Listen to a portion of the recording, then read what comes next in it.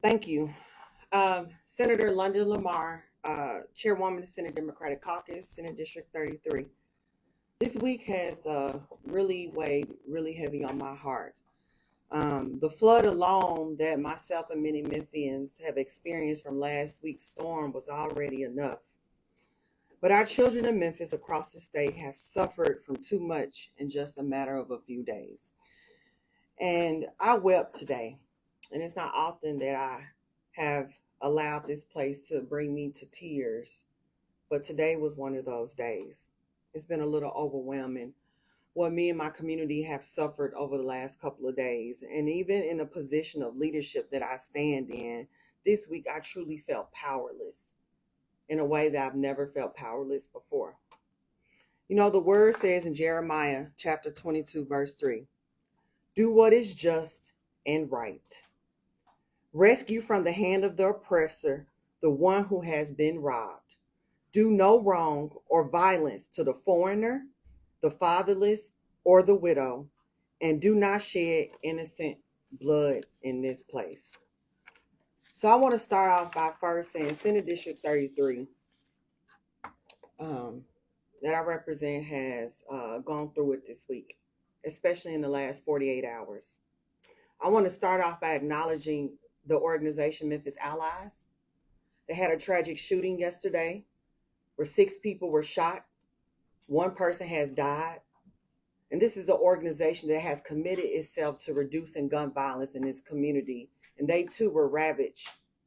And their people were subjected to the violence of guns. And while their commitment has not wavered, and it has, in fact, doubled down on why this organization is so important, I hope it also makes my colleagues realize how paramount it is that we continue to invest in gun violence prevention and organizations like that to make sure more young people ain't dying at the hands of guns. And I'm not even just talking about pistols. I'm talking about machine guns, choppers, those who are causing mass violence in our community. Also in my district, just a couple of minutes ago, a 5-year-old autistic child was just pulled out of a lake. And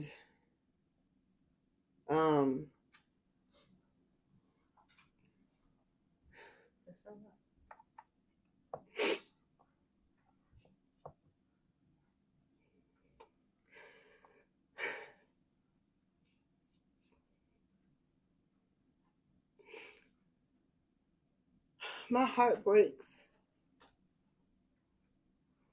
not only for their family,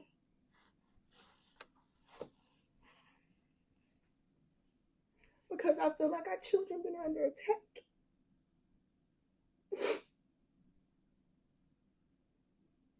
And they are just kids.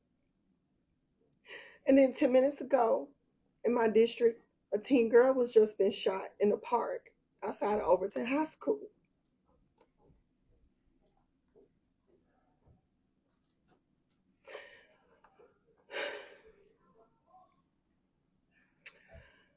So I stand here rarely emotional because I feel like we are literally hurting right now. And it just feels worse too because I just walked out of session trying to defend children to just get an education, but also feeling powerless because I fight against gun violence. And our young people, especially in my district, which has one of the highest homicide rates in the state, are steady dying from gun violence. So I want to take this moment to honor the work that my colleagues who are standing with me in this moment are doing to fight for those kids. I want to take this moment to let Memphis know that even though I'm here in Nashville fighting for you, I am shedding tears with you. And I'm not going to stop fighting for you. But I also want my families to know we hurting too. So that brings me to why we're really here. is because unfortunately our politicians are continuing to use our children as political pawns as well. Today was a moment where we witnessed the exploitation of vulnerable families, making our kids responsible for the actions of their parents. Many of these parents are here are just trying to give their kids a better life. They're trying to run away from gun violence themselves, cartel leaders. They are just trying to make sure their kids got a shot that's better than them in life, can get a good job, can eat, can survive, can literally read a book. And we just pass laws to undo Supreme Court precedents that understand that our babies should not be subjected to the vicious laws that we in place on immigrants who are just trying to come to America and make this place better. We're denying educational opportunities to children as part of their political goal of undoing Supreme Court decisions that were put in place just to protect kids. We have seen the Republican Party here use immigrants as punching bags for their political agenda. And then this is just a new low because you hit kids. Now it's one thing for you to come for adults who have the responsibility to go to polls and vote on policies and put these people in place. But damn, you come for their kids too? Voters sent us here to work on key issues, to strengthen families, to make sure families can grow in this state and be able to afford to live. We come here to make sure we are reducing traffic congestion and building up our infrastructure, to expand pre-K access for all kids, to raise wages. And the cost of an inflation is just making rent just unbearable. Yet we sitting here attacking kids. We sitting here erasing DEI because we say if you too black, if you a woman, you do not deserve the same educational opportunities or representations on boards as we do as Republicans, as white men. This is a new low. This is a new low. They didn't send us up here to bully kids. They sent us up here to get the work done of the people of Tennessee. Now, I have several Bible verses I could quote, but it was already quoted on the floor about how even God don't even stand for this. They sit here talk about this bill to keep undocumented kids out of schools, a financial issue. But did y'all forget Jesus fed everybody with 2 fish? 2. Did you forget Jesus was an immigrant? Did you forget Jesus stood for the least of these? And it's up to him to decide who's righteous and who's not. But it's on us to love everybody. It's not for us to pick and choose who we go love and who we support. God said love and pick everybody, and that is what our laws should match. Ain't the Bible the state book? Right? So what are we doing? We are implementing efforts to discriminate against kids based on what we perceive them. And let me tell it to all the voters who think that they want to side with this issue is your kids subject to do it too. This bill is requiring all students across this state to provide proof of citizenship, regardless if you're homeless or privileged, regardless if you're black, white, blue, green, Hispanic, whatever. We are all going to be subjected to this. And instead of protecting families, we are putting them at risk. This is a new low even for Republicans. As you see the tears wept by many of their own party, to see them cry pushing a yes vote, knowing it goes against their own Christian values, conservative values. What are we doing? There's not a state in this country that has this bill. And yet we want to be the first, but the first quickest to discriminate against kids. So with that being said, while we weep, while we grieve today, myself and others will wake up tomorrow ready to keep the fight going. We got 2 weeks left in this legislative session where we do have the power to continue to speak life into our community, to continue to fight for our community, to continue to put our babies first. And that's just our own children. It's the undocumented children too. Because I asked my colleagues, what would Jesus do in this moment? And in the Bible, he took care of all his people. So while today we may have suffered a loss, I hope my community sees this and make the message very clear. It's more paramount than ever that we put partisanship aside, these small issues we tend to fight about, and come together because we truly have a real enemy. And that is fighting discrimination, that's fighting oppression, and that's fighting our Republican colleagues who are pushing laws that are crippling Tennessee's economy, that's crippling our family, and that's targeting our most vulnerable. And to the city of Memphis, it is not what it looks like when we're in our darkest moments. It is what it looks like when the sun comes out and we can really reveal who we can be. And I hope that these moments encourage us to be better and come together and continue to fight. So my heart goes out to the families who were hurt today in session with this legislation, to the family of Caden, and to the family of Marcus Williams, all those in Senate District 33 and across the state. We'll be praying for you and go keep fighting for you. Thank you.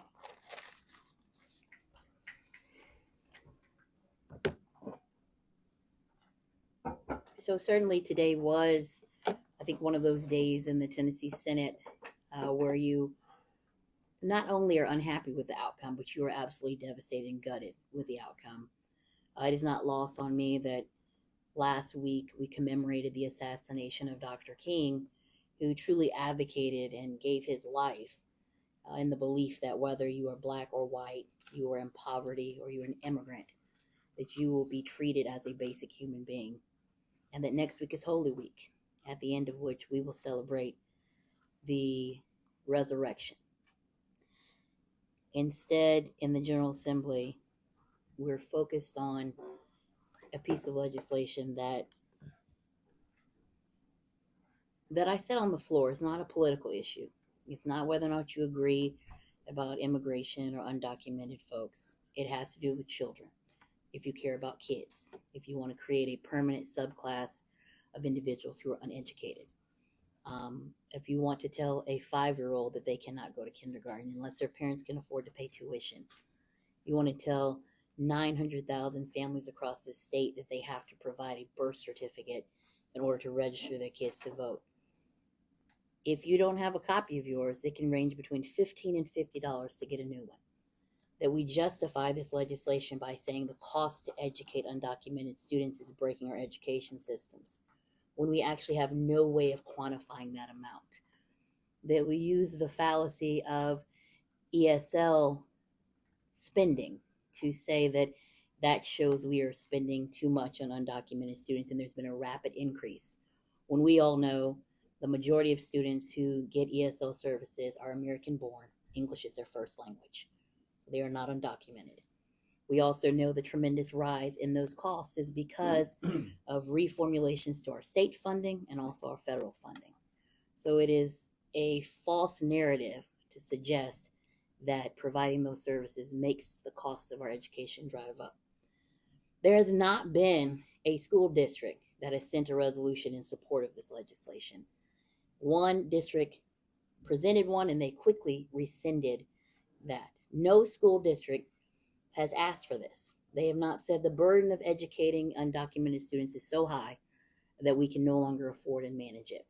I even asked Chairman Watson in committee if he had heard from any school districts that requested it, and he said, we've all had those conversations, maybe not on the record, with folks from our school districts. My response was, I represent the largest school district, and I have not ever had that request. As we walked out of the elevator today and we went to our chamber, they had to clear a special pathway for us because there were babies, 5-year-olds and 6-year-olds there with their little signs. It had their handprint on it. And I got one from Joaquin who wanted to be an artist and his little handprint. And when I put my hand up to it, I said, it's so small. And instead of us embracing that hand, we are pushing it away. And that's what we did today. While the vote was close, it wasn't close enough because it passed. And This is my 12th session. I have a lot of sad days up here. When that bill was presented in committee, and then also today, because folks know it's not right. This is not politics. These are children. And my very first day in the General Assembly, because I always wear a cross, he was a member at the time, he's a senator now, and he said, "I like your crosses, ladies. Have you accepted Jesus Christ as your Lord and Savior?" And I said, "Yes, we have," because they thought I was Muslim when I first got here. And so I always tell them, and I learned this when I was in Sunday school, you don't have to tell someone you're a Christian. It is shown by your actions. That is what we are sent here to do. And I tried to remind my colleagues of that. And there was an underhanded comment that seemed to insinuate that members of my party should not quote Bible verses because a lot of our policies don't align with the Bible. That was not lost on me either.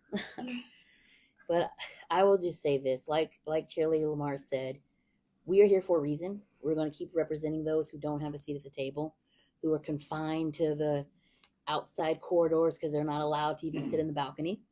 And this is a lawsuit. This is not legislation. It was said on the record, we know this is unconstitutional, and our attempt is to take advantage of a different court to do it. So I'll just end with this. It's up to the House now. I hope that in true bipartisan nature, that this legislation will fail, because it does not represent who we say we are as Tennesseans. It's not representing who we say we are as Christians and who we say we are as elected officials. See, we take an oath to uphold the Constitution, not to challenge it. And unfortunately, I think that seems to be lost. And the last thing I will say is we do have 2 weeks left. We will see the budget next week. It is a moral document, and it is one that really talks about our spending priorities as a state. And so hopefully we'll see what happens there. But I'm going to turn it over to, well, I'll say one more thing. We passed a piece of legislation today that really does reflect the bipartisan nature of what things should be. And that was to remove the barrier for folks to be able to register to vote if they have back child support or if they owe court costs. And this was a collaboration with many of my friends across the aisle who have been working on it for years. And that's how the legislature should function, because this is a way to empower people, and it's us working together. And I am thankful for that in spite of everything that happened earlier. And I've shared with many folks today, this is a place of extreme lows and extreme highs. And today was an example of that. Thank you. I'll answer any questions you might have. Just on that note, how is it looking in the House? Well, all I can guarantee you in the House is we're going to fight like hell to protect the children of Tennessee. People of every faith believe this is a bad idea. Everybody knows this is unconstitutional, and we're going to fight like hell to protect every child, to provide an education in compliance with the state constitution, as well as the interpretation of the Constitution by the Supreme Court of the United States. Thank you, guys. Oh, yeah. Why do you think they brought the bill? Excuse me? The Watson Lambert bill. Why do you think they brought it? I cannot speculate, honestly, but I think it's a part of an overarching trend to challenge the previous Supreme Court decisions, and certainly to attack immigrants. That's all I can think. I have not spoken to the sponsors of their true intentions, so I don't want to put words in their mouth, but it does seem to be a continuation of a national trend to really attack our immigrants. Well, if you look at the Republican National Committee and their strategy, they've politicized this issue. And it was politicized at the federal level. Congress didn't act. Congress is not acting. And when Joe Biden had a solution with a joint bipartisan conservative group of Republicans and Democrats to come up with a solution, it was President Trump that said, don't let it pass. So they wanted to be a political issue. They wanted to be hyperpartisanship. So they have politicized children, politicized immigration on purpose. They don't want a solution. So that's why you can see stuff like this. And they do it on purpose to get to the courts because they have the Supreme Court. They want to get it there so they can get a determination that they want politically. And it's hurting people. It's hurting children. It's hurting families. It's devastating families across this country, not just in our state. It's across the country. So they politicize it on purpose. Let me just add that this is not an anti-immigration bill. This is an anti-education bill. It's an anti-child bill. We have no power or ability in the state to fix a broken immigration system. That is a wholly separate issue. To the extent they're using that, or we speculate why, but to the extent they're using immigration to attack innocent children, and again attack public education, you have to ask them what their motivation is there. But let's make no mistake, this is not anti-immigration. This is anti-education, anti-child. I don't know, re-election maybe? Hey, if they've got their own concerns about their own primary elections, that's their prerogative. But that's a foul reason to come for children in efforts to try to push off opponents in a primary race, if that's the case. 17. Go ahead. Either one. Both of them.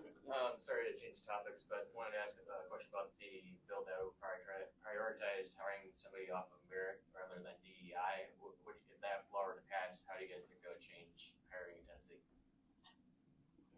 Well, quite frankly, that's part of the misinformation around the conversation.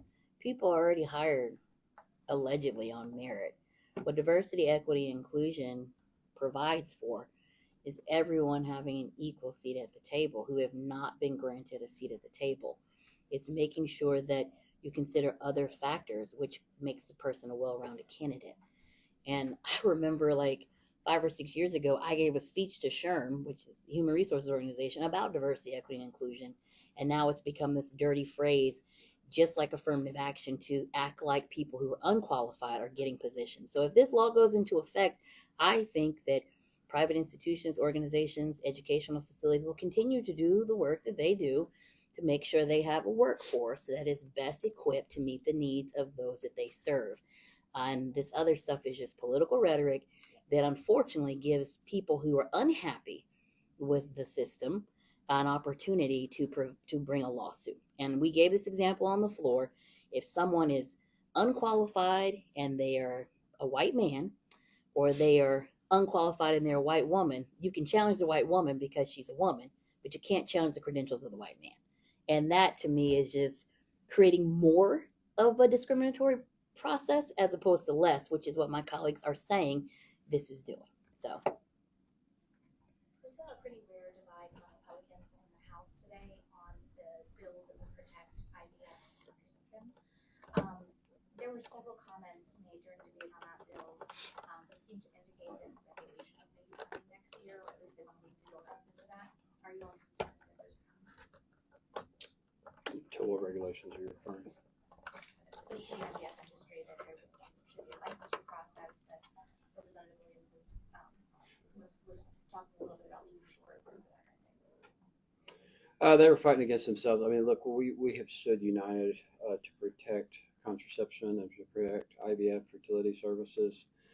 We felt it was important to pass that piece of legislation. I feel like there was better legislation previously, but this is we take our wins where we can get them. And I think this was a win for the families across the state of Tennessee and a small win for women across the state of Tennessee. Today, we protected contraceptives and IVF and fertility treatments. To the extent Republicans want to argue amongst themselves to limit the rights of women and families, they're free to do that all they want. But ultimately, I think a decent bill passed today. She was next. Yeah, I'm just wondering, as the session winds down, if there's anything else besides the bills you mentioned today that you guys are trying to prioritize and kind of push through?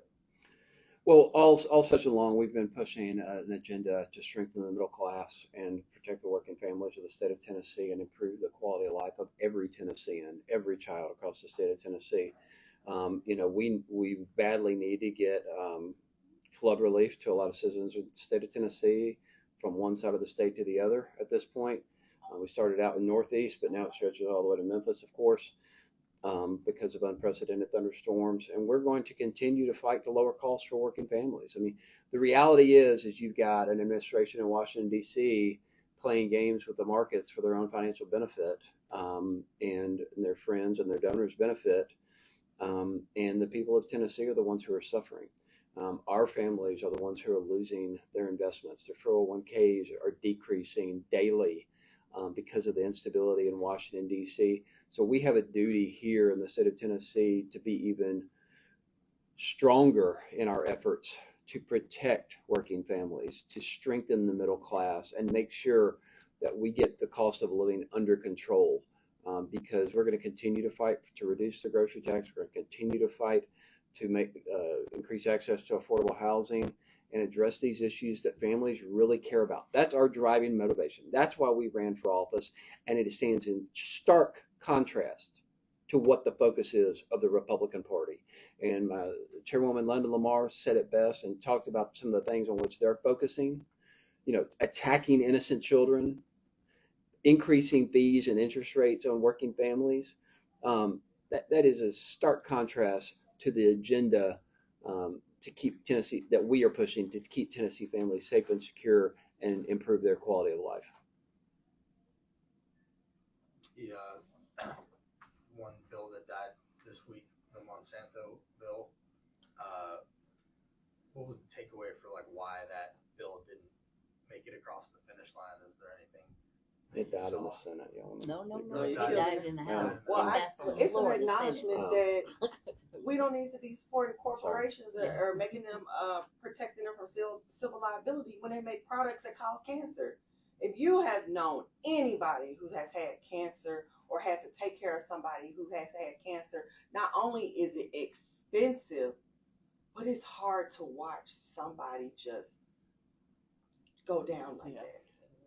And these pesticide companies are making products that we use on the food, something that we are forced to consume every day. You'll die if you don't eat. And so we want to make them not liable for creating a product that goes on our food that actually causes cancer. It makes no sense that the Senate passed that, but at least the House did their part and stopped that bill because it's unconscionable. It impacts everybody from poor to middle class to rich. Everybody got to eat, but everybody should have the ability to protect themselves from getting cancer. And that is what the House had the courage to do on that bill this week. Yeah, good riddance. I mean, it's amazing. That was yet another bill this week where they were attacking Tennessee farmers. That was really aimed at, really harming Tennessee farmers, and that's really upsetting to see by the Republican Party. All right, thank y'all. That was a weekend.